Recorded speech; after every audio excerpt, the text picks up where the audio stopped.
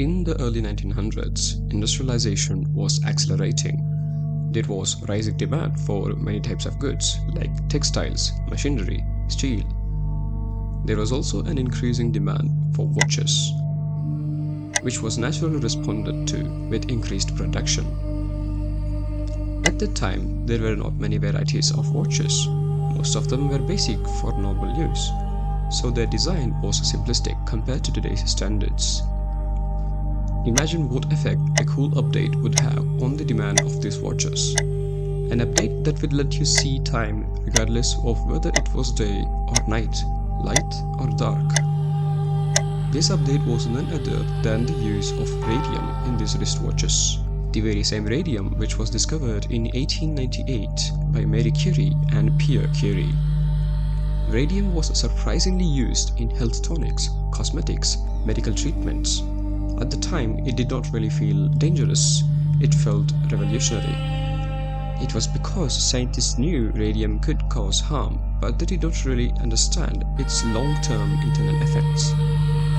There were also no proper systems to convey this information to the public, so the public largely remained uneducated about the effects of radium.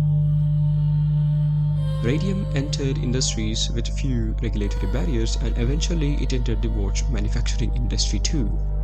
The United States Radium Corporation did not make watches but supplied a luminous compound known as undark. This was a mixture of radium salt, zinc sulfide and a binding agent like paint that glowed on its own.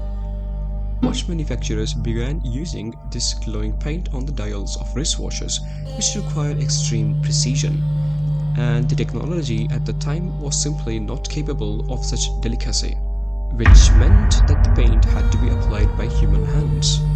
And so they quickly set up recruitment boards looking for healthy young women for the job. Hundreds were hired, and they were also paid well. The job became a symbol of success, and the women competed for the role. After the recruitment, the process of painting started. Factories were set up in New Jersey. The women, equipped with small bottles of radium paint and fine brushes, started to paint with focus and precision. They carried on for months. They were happier than ever because they were paid well, and also the job carried a prestige in it. But there was a slight mistake. Some applied them on their fingernails, some painted their teeth and had fun when they were glowing in the dark. As it was inevitable, the effects of this dangerous mineral started to manifest. In the beginning, they observed mild toothaches and fatigue. As time passed, the aching tooth began to loosen and fall out, followed by swollen and bleeding gums. Then their jaws began to deteriorate.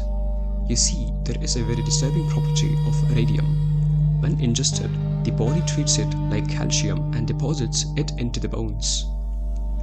The radium then settles there and begins to destroy tissue from within.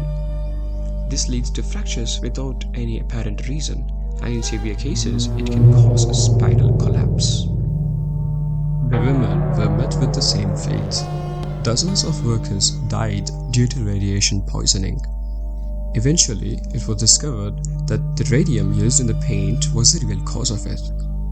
So they sued the United States Radium Corporation, which in itself is a different story. The women who sued faced a multitude of difficulties. They struggled for years to gain justice, while the company denied any wrongdoing. Finally, a settlement was reached resulting in monetary compensation and medical support. However, I do not see how it can help them because many of them lost their lives. The incident sent shockwaves across industries and led to major changes in legal accountability and workplace safety standards. Even after the factories are shut down and it is history, the pain and sacrifices of those women resulted in today's safety standards, which are saving millions of people.